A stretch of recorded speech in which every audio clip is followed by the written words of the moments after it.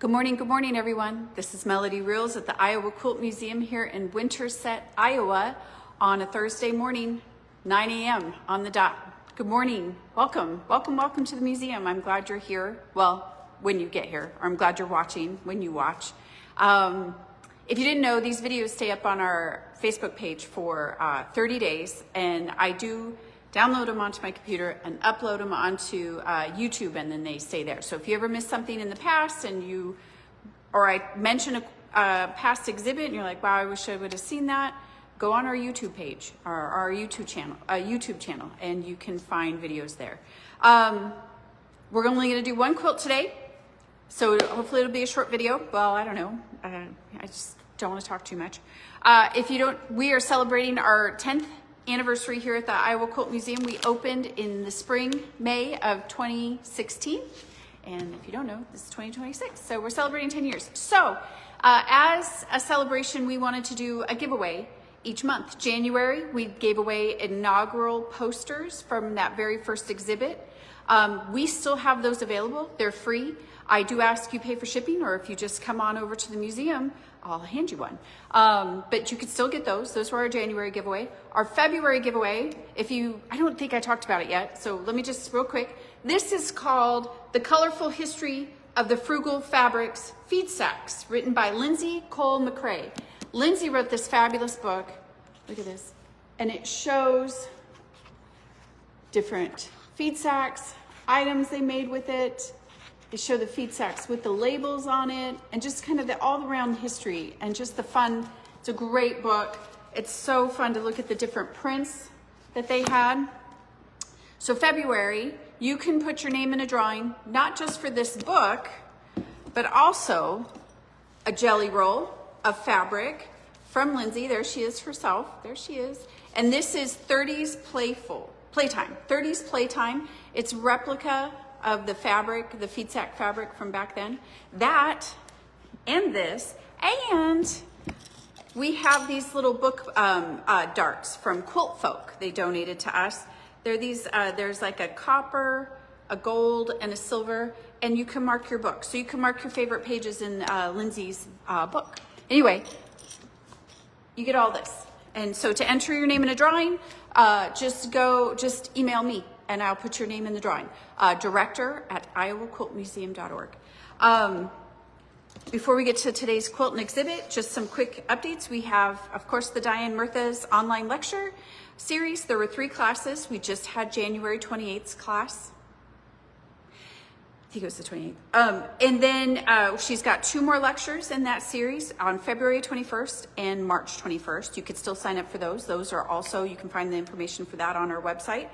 And I just posted 2 more classes for the springtime in April. If you are a featherweight sewing machine user, and for those that don't sew, they're wonderful little cute sewing machines, they still, people love to use them. They're light, easy to take to retreats. Anyway, so we're gonna have a featherweight maintenance class, and you get a kit included with your class, and that's gonna be March 28th from 9 to noon. So just your morning, you got your whole rest of the day to play with your machine once you learn how to maintain it. So that's, taught by Stephen Rounds, and it'll be here in Winterset at More Pieces, again from 9 to 12. Limited space, 15 tops is what we're gonna have in that class. So if you have a featherweight, you want a maintenance kit, you wanna know how to maintain it, sign up for that class.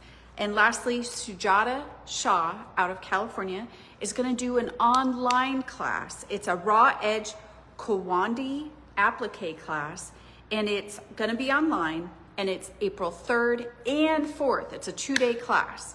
So you can, again, that's all on our website. If you go to the events tab, go in there and you'll see Diane's lectures, the featherweight maintenance class, and Shaw's, as well as the Quilt Festival and all our capital campaign, all that wonderful stuff. Let's get to our exhibit. Did I keep it? I kept it around 5 minutes. Ding, ding. Nice. Okay, so if you don't know, our current exhibit is Rebound, Renew, Reimagine, Manhattan Quilters Guild out in New York.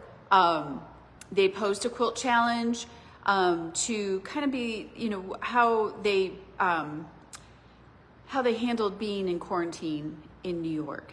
And so how they recovered, or how they reimagined their lives, or how they handled things, or maybe they're just reimagining their work. Anyway, the criteria is a 40 by 40, shink, shink. So they're all the same size, and all the titles have to start with RE. So, and some of them are very personal and very moving. Some of them are, I took my work and I reimagined it, or I was inspired by this, or, you know, so we do have their book. If you like what you've seen, or you miss and you want it at your home, it's got photos of all the quilts and the quilt stories here at the bottom, as well as the quilters information. We're going to talk about that one today. So let's talk about that one. I'm going to flip you around as I tell you about Diana. Here we go. And I might turn on my flash because I feel like it's kind of dark over here. So, you know what? I don't get to. Do I? Nope, I can't. I think it's something I had to do ahead of time. Okay, this is, let me get my glasses out, Diana Goulston Robinson. Diana, originally from Sydney and now based in New York City, is a textile artist inspired by the interplay of sunlight on urban structures and reflections in glass. In the quilt-like symmetry of skyscrapers, refractions and roller wave distortions transform walls and windows into tiny fluid landscapes. Images broken into wavy, askewed modules and that echo the rhythms of the city. So if you haven't figured it out, isn't this great? Once you know that this is a building, glass with a reflection, possibly the black lines are, you know, a tree in wintertime, but your brain can make sense of it, and I just love it. A graduate of Sydney's National Art School, Diana worked in textile print design studios in London and Paris. And I think to myself, what am I doing with my life? I've never been to London, Paris, or Sydney, I've been to New York. Anyway, doesn't matter. Before turning her focus to quilting, her work combines foundation piecing, applique tube techniques, intricate hand quilting, and embroidery. She is also a dedicated teaching artist, sharing quilt making with children and families in New York City schools and museums. There you go. So let's read about, this is Reverberations. Dimensions 40 by 40. Pieced and quilted by Diana Goulston Robinson. Materials and construction techniques used: linen dyed with soy milk by the artist. That's a new one. Okay. Linens, cottons, and batik fabrics, embroidery threads, hand and machine applique, embroidery, couching, hand quilting. Here's her story. Poet Mary Oliver wrote, "Let me keep company always with those who say look and laugh in astonishment and bow their heads. Searching for calm and peace of mind in uncertain times, I see glass window panes reverberating the turbulence and distortion, yet their reflections also astonish me, bringing wonder and hope." That's lovely. I wish there was more about Diana. She doesn't have a website. If you go to the Manhattan Quilters Guild website and you look at your favorite artist or your favorite piece, and they usually have an email, and you can email these artists if you wanted to see more of their work or were interested in, had a question that I didn't answer. But as a photographer, if you didn't know I was a photographer, I love this quilt. Just because it's capturing light, it's capturing reflections in a building. It's seeing something every day in a new way. And I feel like photography is that. It's always capturing light and capturing images that you wouldn't have noticed before. I'm going to put my gloves on. I'm going to take you off the stand and let's take a closer look at, soy milk dye. That's crazy to me. I just love how creative people are and how they use different resources for art. So let's take a look at these wavy lines in here. And she's hand quilting these little pieces in here to give it more dimension. And you can kind of see the white stitching along the white wavy line there as well. Kind of give it, if I come this way, you could kind of see the dimension of it too, and how the white pops off and so does the black, kind of pulls off. wonder if this... And then in the building, she uses some metallic thread, and if I could get the light to kind of make them shimmer. But these two here are metallic. She's got them, this one down here is metallic. Kind of gives that reflective qualities too for on buildings.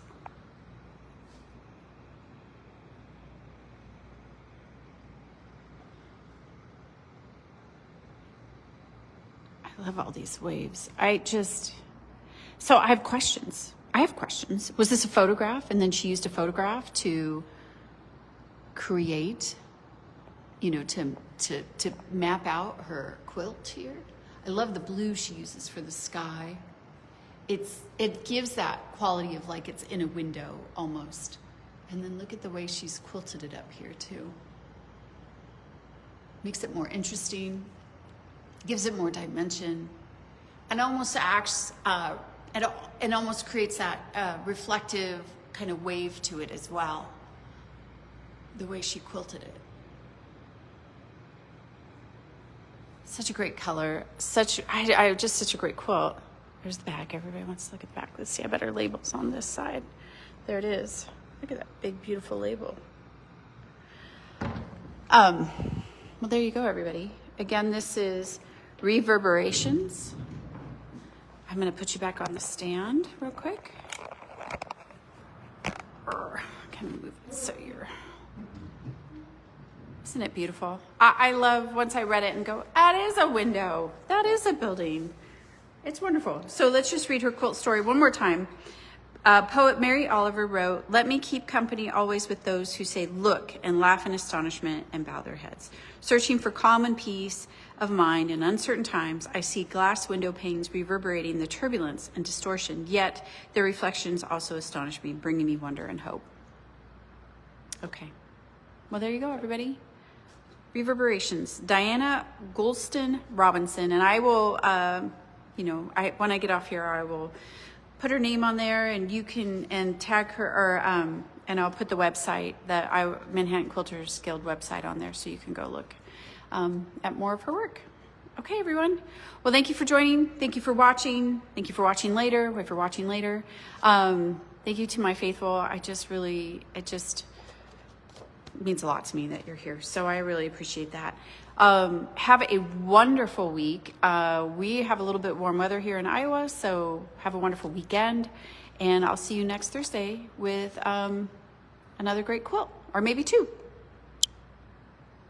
Bye, everyone. Thanks for joining. See you next week.